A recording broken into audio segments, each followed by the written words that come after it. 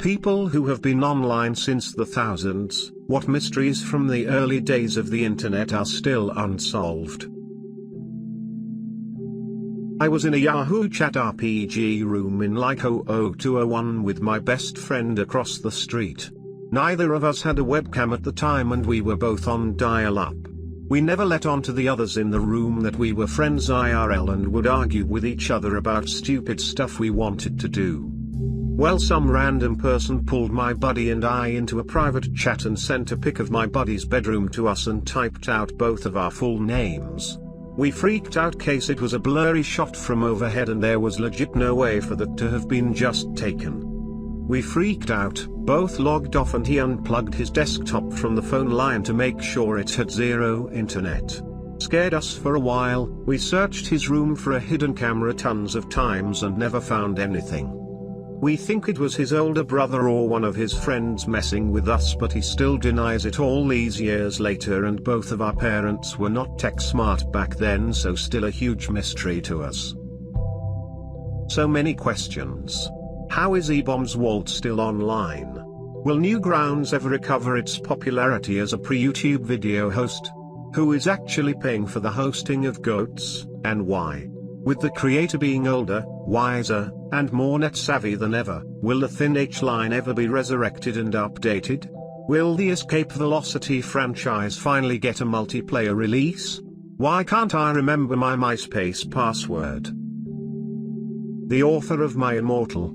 A few people have come forward, but were later revealed to be lying. The true author of that masterpiece, as well as whether or not it was intentionally satire, is still unknown. I've been online since 1993, you fucking whippersnapper.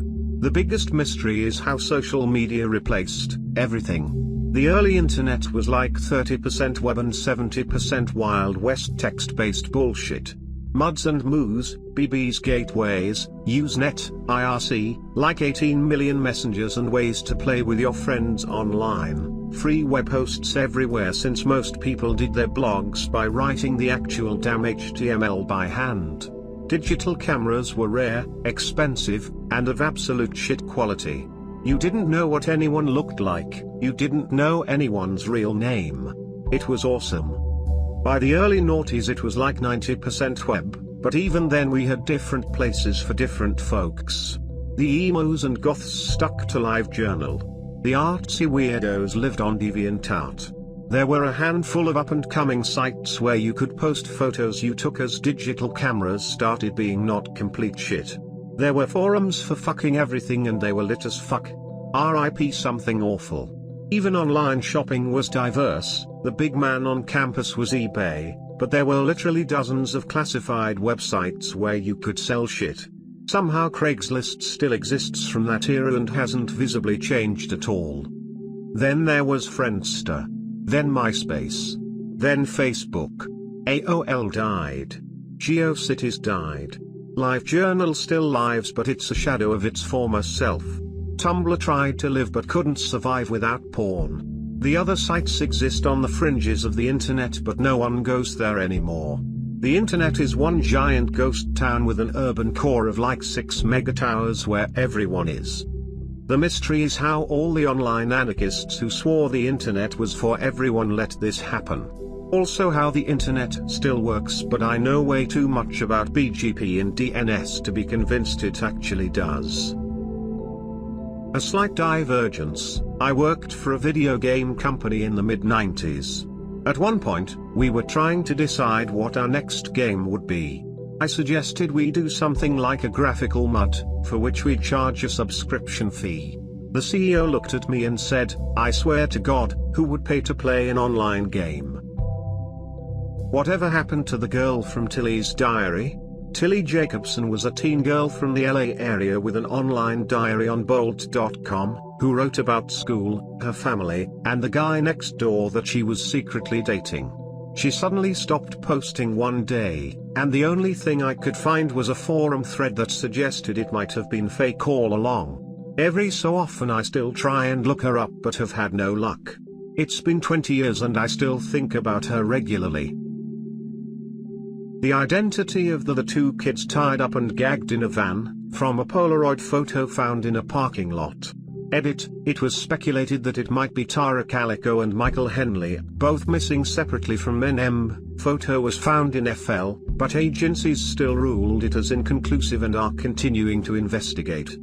The mother of Tara Lee Calico believes the girl in the photo is her daughter, who went missing just 10 months before the Polaroid was found, due to a scar on her leg that is seen in the photo. Scotland Yard thinks that it's her, but USA authorities don't think it's her. Relatives of Michael Henley, who went missing the same year as Calico, believe that the boy in the photo is him. This is obviously also inconclusive. There was a development just in September in Calico's missing case, an article which I can't access, but it is on Calico's wiki page. In September 2021, the Valencia County Sheriff's Office and the New Mexico State Police issued a statement that they have a new lead in the case, and that the focus of a sealed warrant for an unknown private residence located within Valencia County has been issued. However, no further details were provided. The mystery of my original Neopets account password. I still miss my glowing Lupe named Mad Scientist with a bunch of random numbers at the end, of course. Edit, I gained access to my dad's ancient work email. Bad news, I had 3 accounts, they're all frozen. I've opened a ticket with the Neopets team, which won't work if it's anything like it used to be. Lamau gay. The whole Heaven's Gate cult thing. They all killed themselves supposedly, but still have an active website. I forget the whole story, but it was weird lol. There was a 4-part documentary released about them recently on HBO Max. They didn't all kill themselves, some members left and apparently former members keep the website up for whatever reason. It's definitely not an active group. How so many songs got mislabeled? Like Bittersweet Symphony being by the Verve Pipe or Oasis or some shit like that. You would think the original person that ripped and uploaded it would have known what they were putting up, but I'd love to know the actual process for how names got confused and lost. Like so many songs or bits that were mildly funny would get mislabeled as Weird Al. It's not so much a mystery because Yahoo's history and missteps/miscalculations have been analyzed to death by tech journalists, pundits and laypeople/end users alike, but it still amazes me how the company that was once the top dog in multiple areas of the internet fell off by other companies, mainly Google, basically stealing its thunder. Consider 1. Yahoo Maps. Around the turn of the century, before most people had even basic GPS units, printed directions from MapQuest or Yahoo Maps ruled the passenger seat of every vehicle on US roadways, and elsewhere. Google basically came in and blew them both out of the water, while also not being afraid to go head-to-head with GPS giants Magellan, TomTom and Garmin with the rise of smartphones and ability to provide its own turn-by-turn directions. 2. Yahoo Mail. Everybody I knew had a Yahoo Mail account back in the late 1990s, when I was finishing up high school and moving on to college. Sure, there were a few other domains out there, but Yahoo Mail was by far, at the time, the most feature-rich.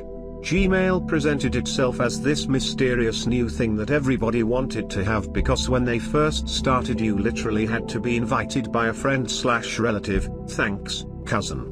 Gmail was nothing special when it started, but Google put in the time and effort into building up its user base through increasingly helpful features and better UI, while Yahoo Mail seemed permanently stuck in 2001. There was a decently major tweak when they switched to a more Java-based format, but by then the damage was done and people like me were letting their Yahoo accounts languish. 3. Yahoo Groups. Before Facebook groups there was Yahoo Groups, places to share pictures and ideas/commentary. Certain groups even had gatekeepers and regular moderation. Again, the issue was lack of interest in innovation. Yahoo Groups couldn't possibly compete with Facebook's user-friendly UI, or every increasing massive user base, and, last I checked, is all but phased out now. 4. Yahoo Search. Same story as Yahoo Maps, enough said. Top dog into the early 2000s. steamrolled by Google's more user-friendly UI and ever-expanding indexing. This one is a little more personal, but I have always wondered what happened to an online friend that I had from the Open Diary site. She was a prolific poster, a teenage girl from Australia who would openly discuss her troubles with anorexia. I stumbled upon her diary by random one day and followed her for a couple of years. She was living with her mom and stepdad and was frequently in and out of hospitals and rehab centers to deal with her eating disorder. She would post some pretty dark stuff, then she would disappear for a couple of weeks, then come back saying something like that she had shared her previous posts with her therapist and they were working through it. She also posted her weights and what she ate every day, and it was obvious that she wasn't doing well. Even though I didn't struggle with an eating disorder myself, something touched me about her story and I was invested in her well-being. At some point she stopped posting, and I never heard from her again. I always wondered what had happened to her. Had she just tired of writing in the diary? Had she changed her username? Was it just a story all along? Or had she had another one of her hospital visits and never came home?